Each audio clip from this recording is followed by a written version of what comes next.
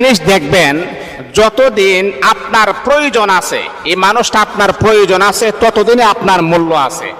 যখন আপনার কোনো প্রয়োজনে পড়বে না, তখন আপনার কোনো মূল্য থাকবে না। একটা দুনিয়ার নিজাম, দুনিয়ার সিস্টেম। অনেক সময় দেখবেন এই পৃথিবীতে কিন্তু সবাই স্বার্থপর। অনেক সময় দেখবেন শীতের সময় আমরা বলি গরমকে ভালোবাসি, রৌদ্রকে ভালোবাসি। আবার যখন শীতের সময় যখন চলে আসে তখন রৌদ্রকে ভালোবাসি। আবার যখন শীত চলে আসে তখন আমরা কি বলি, যে আমরা গরমকে ভালোবাসি। এরকম আমাদের মাঝে অনেক প্রবণতা রয়েছে।